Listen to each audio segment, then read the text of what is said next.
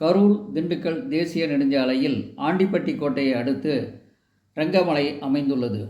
கரூர் மாவட்டத்தையும் திண்டுக்கல் மாவட்டத்தையும் பிரிக்கும் எல்லையில் ரங்கமலை அமைந்துள்ளது. இம்மலையினுடைய உச்சியிலே மல்லீஸ்வரர் கோயில் உள்ளது. இக்கோயிலுக்கு அருகில் உள்ள ஒரு பாறையில் ரங்கமலைக்கு பெயர் வந்த காரணத்தை கூறுகிறது. 13ஆம் நூற்றாண்டில் இப்பகுதியை ஆட்சி புரிந்த சுந்தரபாண்டியன் என்பவன் எதிரிகளுடைய நடமாட்டத்தை கண்காணிப்பதற்காக இங்கு ஒரு படையை வைத்துள்ளான். அந்த படைக்கு பெயர் சேமப்படை என்று பெயர். இப்படைக்கு தலைவனாக இருந்தவன் தென்கரை மணலூர் நாட்டு தலையூரைச் சேர்ந்த சேமப்படை வேட்டுவர்களில் குளத்து பிள்ளையான சிறுவனான மேலப்பனையன் என்பவன் ஆவான். இவன் இங்குள்ள மல்லீஸ்வரரையும் சுப்பிரமணியரையும் எழுந்தருளித்தாக இங்குள்ள கல்வெட்டு கூறுகிறது. மேலும் மலையினுடைய பெயர் பிளங்கன் மலை என்று கூறுகிறது.